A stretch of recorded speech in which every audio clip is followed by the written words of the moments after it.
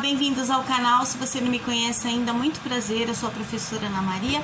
E se você não fez inscrição, faça, clique aqui embaixo, inscreva-se. Todo dia eu trago uma novidade para você. Hoje mesmo eu tô trazendo um poema épico de Castro Alves, chamado O Navio Negreiro. Ele é extenso, vou fazer algum comentário também do período histórico do Brasil e algo posterior a ele lá na Alemanha, de um vídeo anterior que eu fiz de Heine. Vou deixar abaixo na descrição. Outros que eu citar, que eu também já tenho aqui no canal, vou deixar também. Fica comigo que você vai gostar. Bom, o poema O Navio Negreiro, esse título é o mesmo título de um vídeo anterior de Heine, que era o poeta alemão que falou e retratou sobre a vinda do navio negreiro, né, que eram os escravos que vinham da África, do continente africano para o continente da América do Sul, aqui para o Brasil. E ele relata, ele escreve, mas não é algo que ele viu, porque o Heine é de 1856, data de nascimento, tá? E o que ele retrata que aconteceu, de fato, no período histórico, foi 1553-54, ou seja, antes ainda do seu nascimento. E Castro Alves retrata isso bem depois também, porque a data de nascimento de Castro Alves é de 1871, que ele nasceu dia 14 de março em Salvador, Bahia. O ano de falecimento, 1847 é de nascimento, 1871 é o ano de morte. Também faleceu jovem, assim como Heine, mas são poetas que resolveram relatar, porque um poema nem sempre é só amor, só alegria, só boniteza, não. Às vezes ele retrata um período histórico, né? Que foi o caso do Castro Alves, porque ele é um poeta super nacionalista, ele faz poemas épicos. Esse também não é o primeiro, tem Vozes da África, com apóstrofo também, e famosíssimo. Eu cito, não recitei ainda esse poema dele, Vozes da África, mas ainda vou fazê-lo mais pra frente. Mas eu cito essa frase célebre que começa, né? Deus, oh meu Deus, onde estás que não respondes? Então ele é sempre muito indagador, ele tem muitas sacadas, muitas perguntas filosóficas.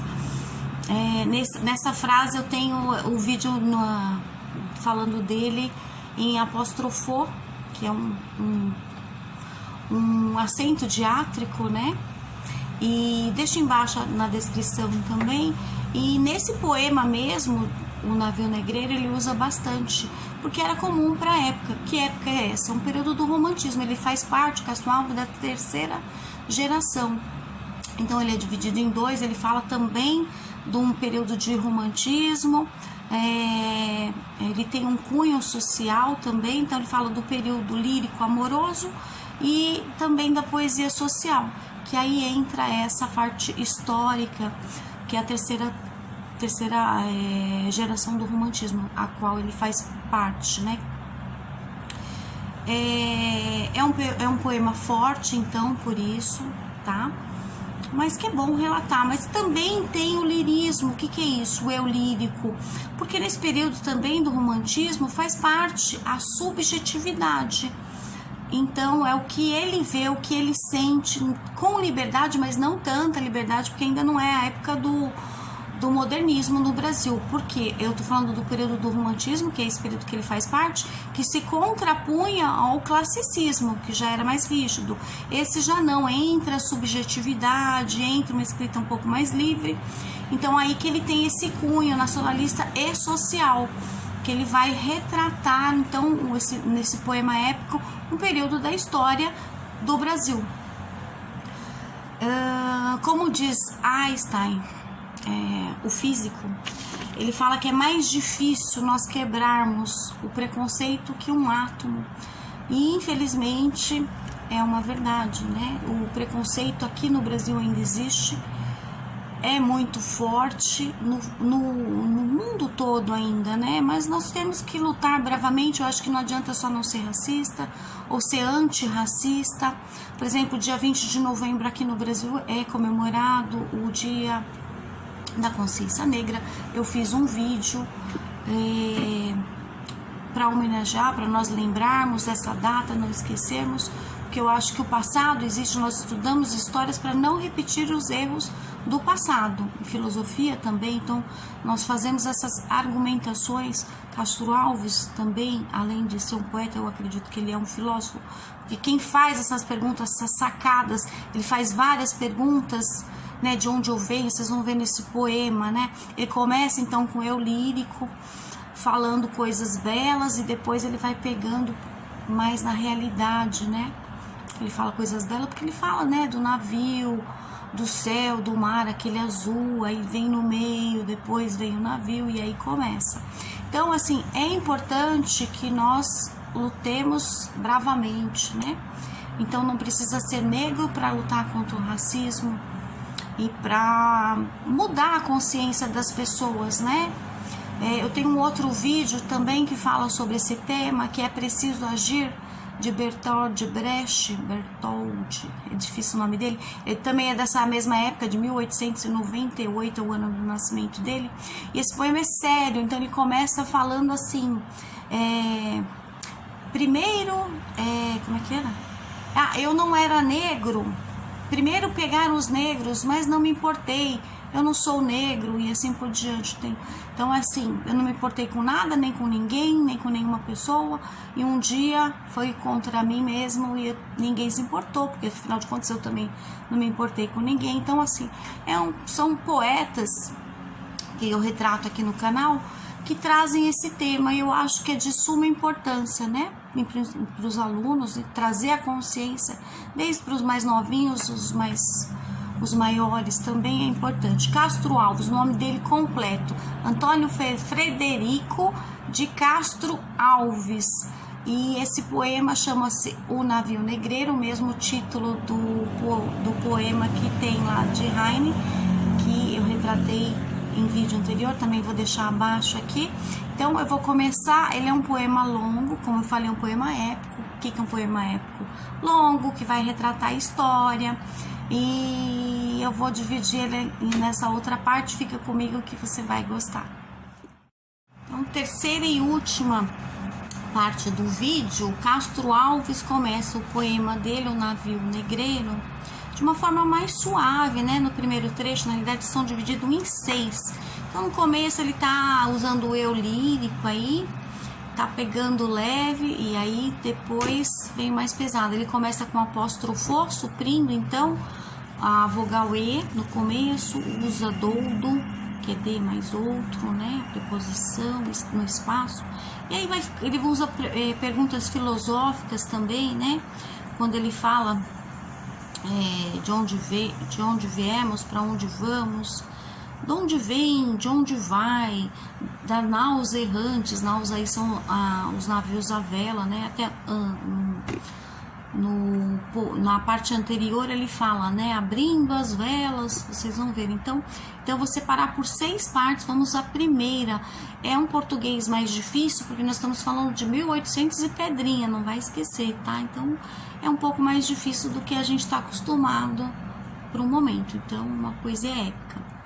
Começa assim: estamos em pleno mar, doudo, no espaço, brinca o luar, dourada borboleta, e as vagas após ele correm, cansam, como turba de infantes inquieta.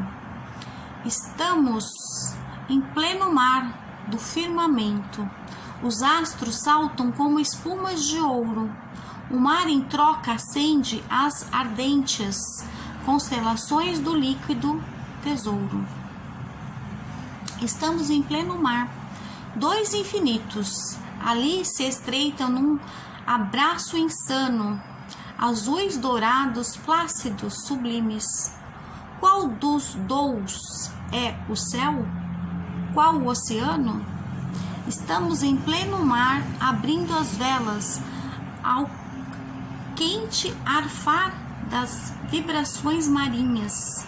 Veleiros brigue, corre a flor dos mares, como roçam na vaga as andorinhas. Donde vem, donde vai, das naus errantes, quem sabe o rumo, se é tão grande o espaço? Neste Saara os corcéis o pó levantam, galopam, voam, mas não deixam traço. Bem feliz quem ali pode, nesta hora, sentir neste painel a majestade, embaixo o mar, em cima o firmamento, e o mar e o céu a imensidade.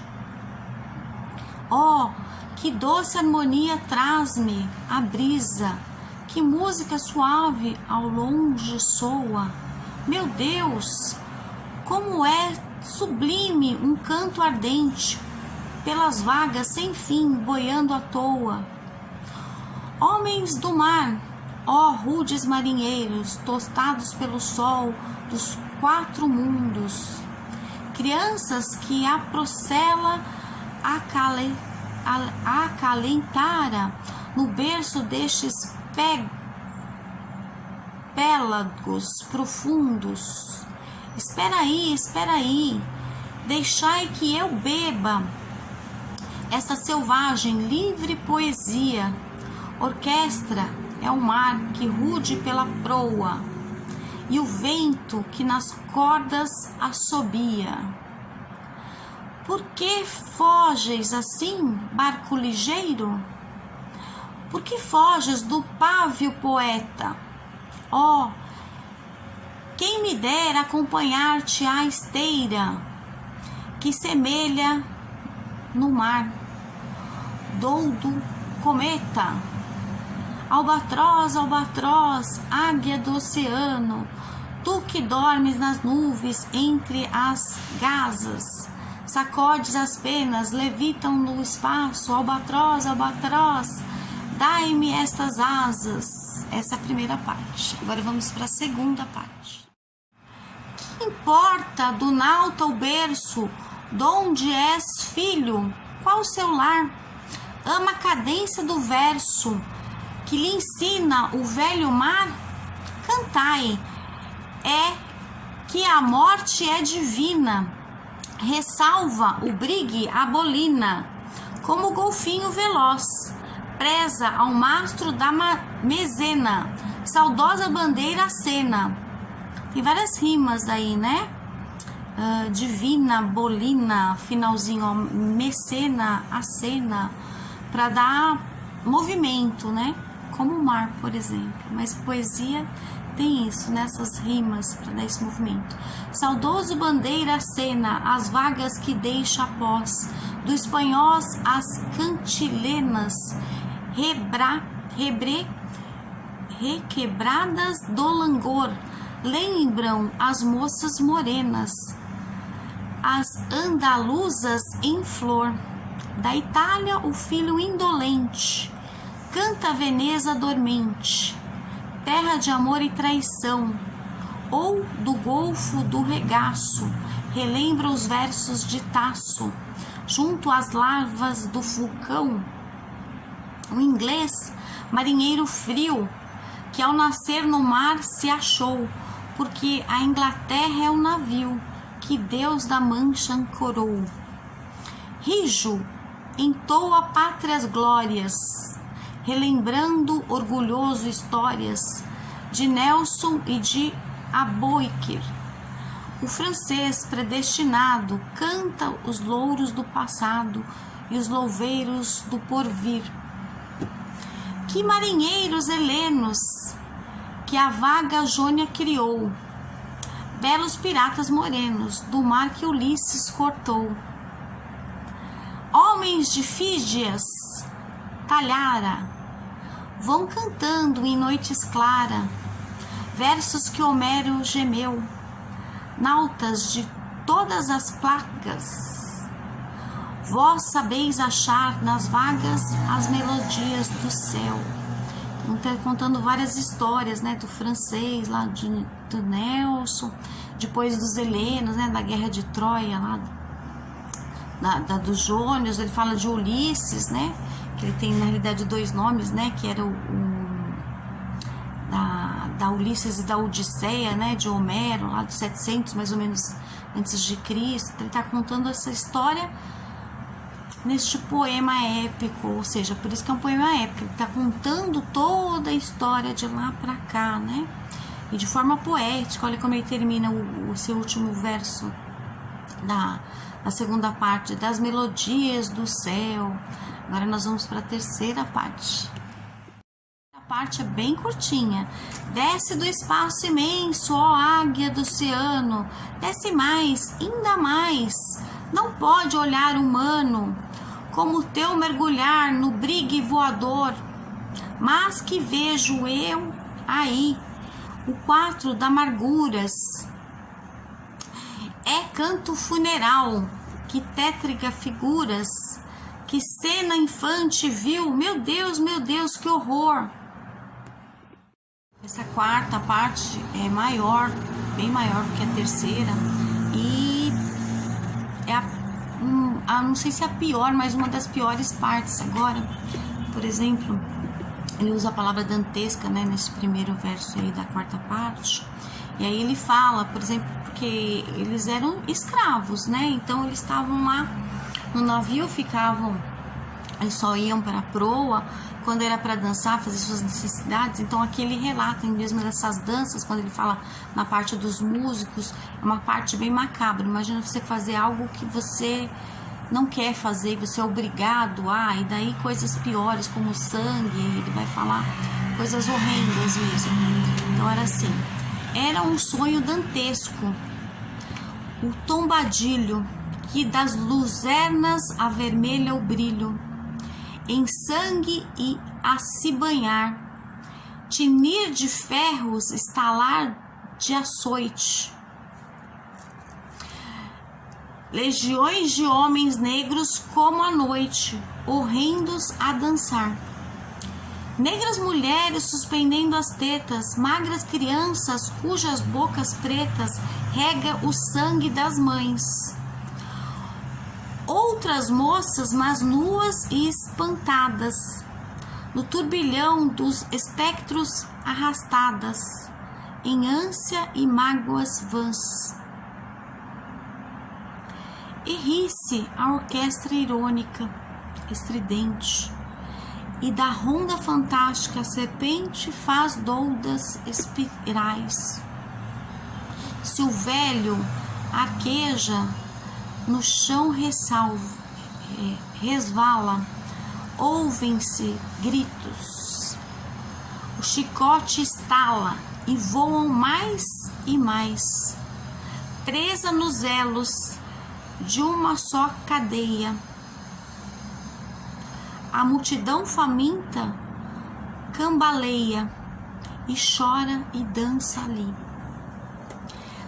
Um de raiva delira, o outro enlouquece, outro que martírios embrutece, cantando geme e ri. No entanto, o capitão manda a manobra, e após, fitando o céu que se desdobra, tão puro sobre o mar, diz do fumo entre os densos nevoeiros, vibrai rijo o chicote, marinheiros, fazei-os mais dançar. E ri-se a orquestra irônica estridente, e dança a ronda fantástica a serpente, faz doudas espirais, qual um sonho dantesco as sombras voam, gritos, ai, maldições, preces ressoam, e ri-se Satanás. Penúltima, quinta parte. Senhor Deus dos desgraçados, dizei-me vós, meu Deus, se é loucura, se é verdade, tanto horror perante os céus. Ó mar, por que não apagas com a esponja de tuas vagas do teu manto este borrão? Astros, noites, tempestades, rolai das imensidades, varrei os mares tufão. Quem são estes desgraçados que não encontram em vós, mas que o rir calmo da turba, que excita a fúria do algoz? Quem são?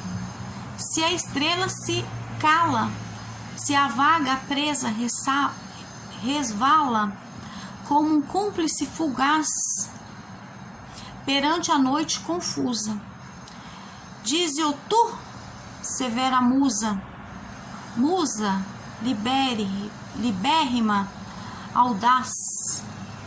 São os filhos do deserto, donde a terra expôs a luz, onde vive em campo aberto a tribo dos homens nus. São os guerreiros ousados, que como os tigres mosqueados combatem na solidão.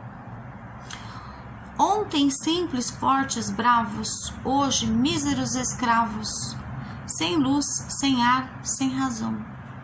São mulheres desgraçadas, como Agar o foi também, que sedentes, alquebradas de longe, bem longe vêm, trazendo com tíbios passos filhos e algemas nos braços, na alma lágrimas e fel, como Agar sofrendo tanto,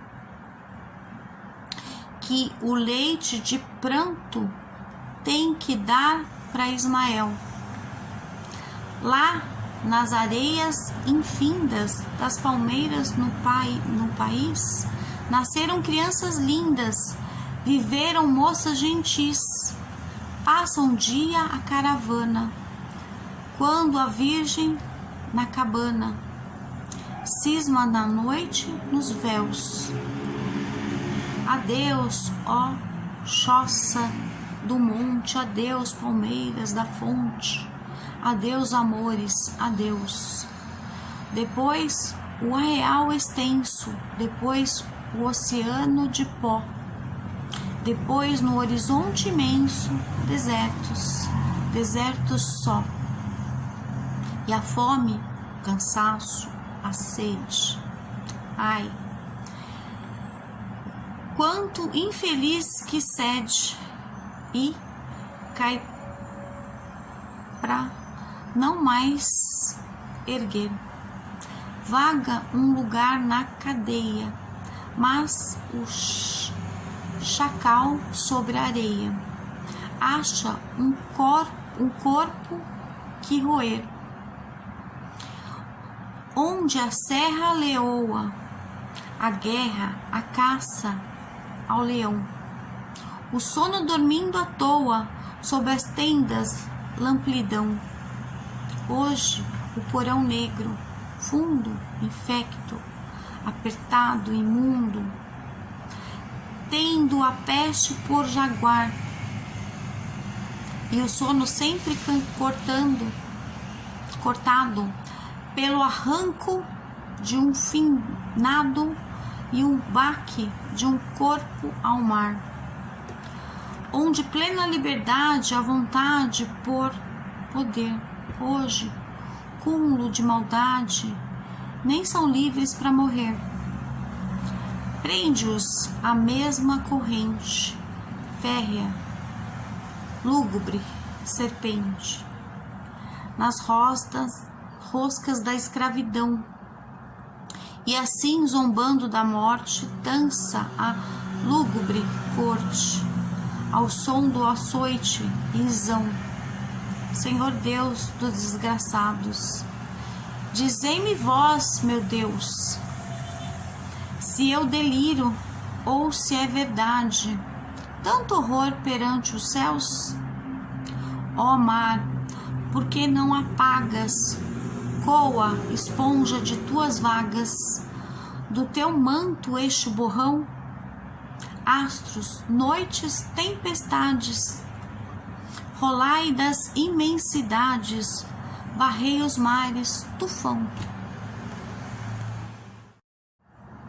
Existe um povo que a bandeira empresta para cobrir tanta infâmia e cobardia, e deixa transformar-se nessa festa em manto impuro de bacante fria. Meu Deus, mas que bandeira é esta? Que imprudente na gávea tripudia? Silêncio, musa chora tanto que o pavilhão se lave no seu pranto. Auriverde pendão de minha terra, que a brisa do Brasil beija e balança. Estandarte que a luz do sol encerra e as promessas divinas da esperança. Tu, que da liberdade após a guerra fostes hasteado dos heróis na lança, antes choveram roto na batalha, que servires a um povo de mortalha. Fatalidade ao troz que a mente esmaga. Extingue nesta hora o brigue imundo, o trilho que Colombo abriu nas vagas.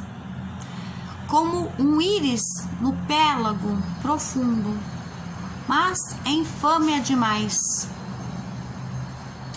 Da etérea plaga, levantai-vos, heróis do mundo novo.